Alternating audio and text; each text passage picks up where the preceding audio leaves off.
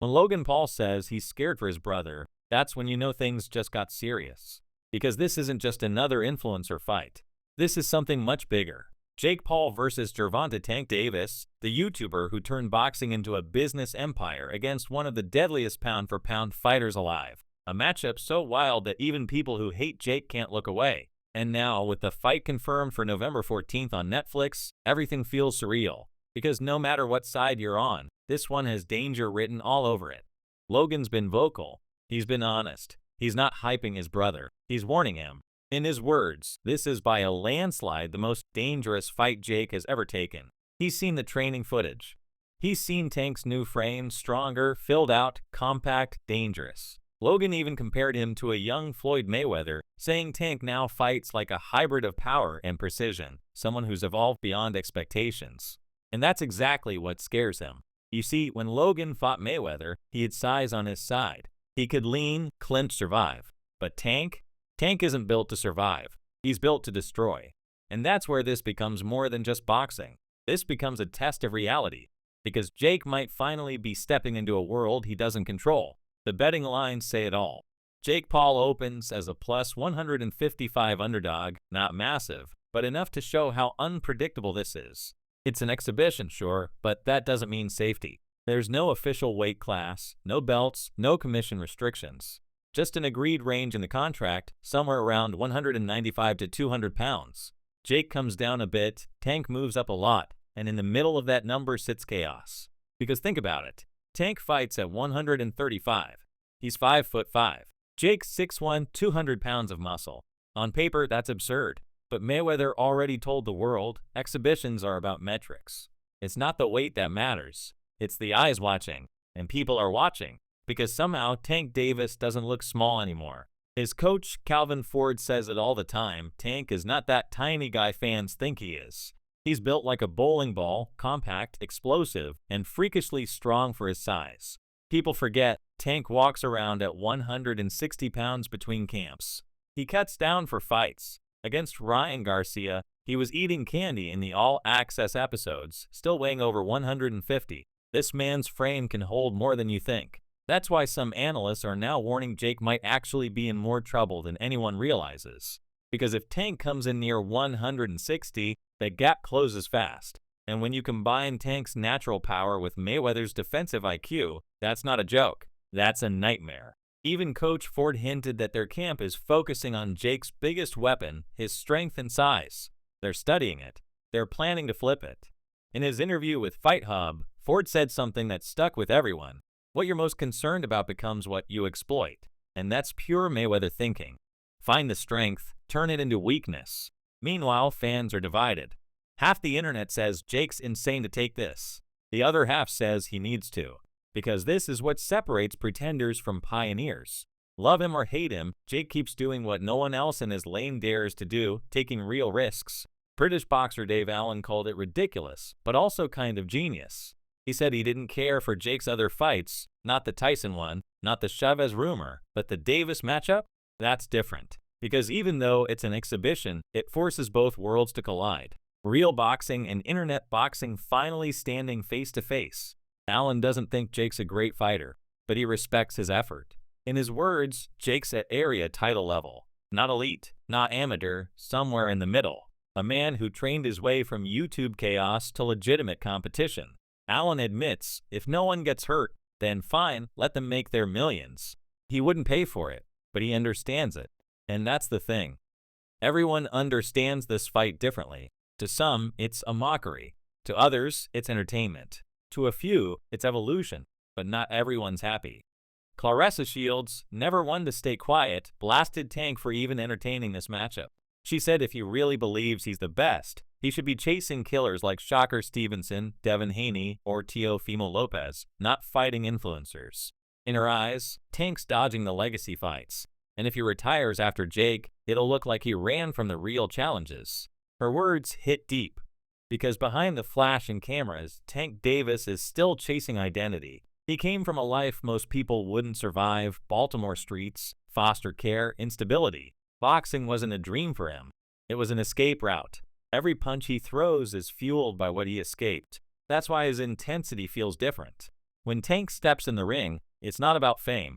It's about not going back to the pain he came from. And yet, people like Robert Garcia think this fight could hurt his reputation. Garcia says it's fine to take exhibitions. Legends like Mayweather and Ali did it, but only after they'd conquered everything else. Tank still got chapters left unwritten. He never gave Isaac Cruz that rematch. He never unified. He never proved himself against the best of his generation. And now he's fighting Jake Paul. Garcia's words cut deep. Tank's doing the Mayweather moves before earning the Mayweather legacy. But then again, he's also honest. If someone offered $30 to $50 million for an exhibition, who would say no? Not him, not anyone. Because boxing doesn't love you back. You take your payday while you can. And that's what this entire saga symbolizes, the business of boxing versus the purity of it. Charleston White said it best, even if his delivery was raw. He called Jake's career entertainment disguised as boxing. He says Jake hasn't fought a real top-tier boxer yet. Every bout is crafted for views, not legacy. But even White admits something important. You can't believe anything until the punches land. Because in this era, perception is just another weapon. Still, he doubts either man will risk too much. In his view, it's scripted to a point. Controlled chaos. Enough action for entertainment, not enough for danger. And maybe he's right.